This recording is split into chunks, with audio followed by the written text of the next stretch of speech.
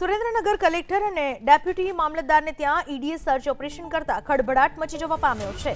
Collector Rajendrakumar Patel અને નાયબ મામલતદાર ચંદ્રસિંહ મોરીને ત્યાં ઈડીએ વહેલી સવારથી જ ટીમે તપાસનો ધમધમાટ શરૂ કર્યો।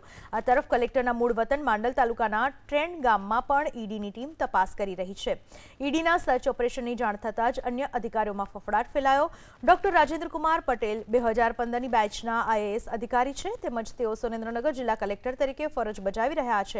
તપાસ પૂર્ણ થયા બાદ અનેક મોટા ખુલાસાઓ થવાની શક્યતા છે। ઈડીએ તપાસ ચાલુ કરી દીધી છે। હાલમાં તપાસ કરવામાં આવી છે। સુરેન્દ્રનગરની ઘટના કલેક્ટર અને ડેપ્યુટી મામલતદારને ત્યાં ઈડીએ સર્ચ ઓપરેશન હાથ ધર્યું છે।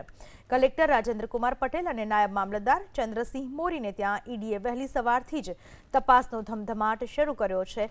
કલેક્ટરના મૂળ વતન માંડલ તાલુકાના ટ્રેન્ડ ગામમાં પણ ઈડીની ટીમ તપાસ કરી રહી છે। ઈડીના સર્ચ ઓપરેશનની જાણ થતાં જ અન્ય અધિકારીઓમાં પણ ફફડાટ જોવા મળી રહ્યો છે।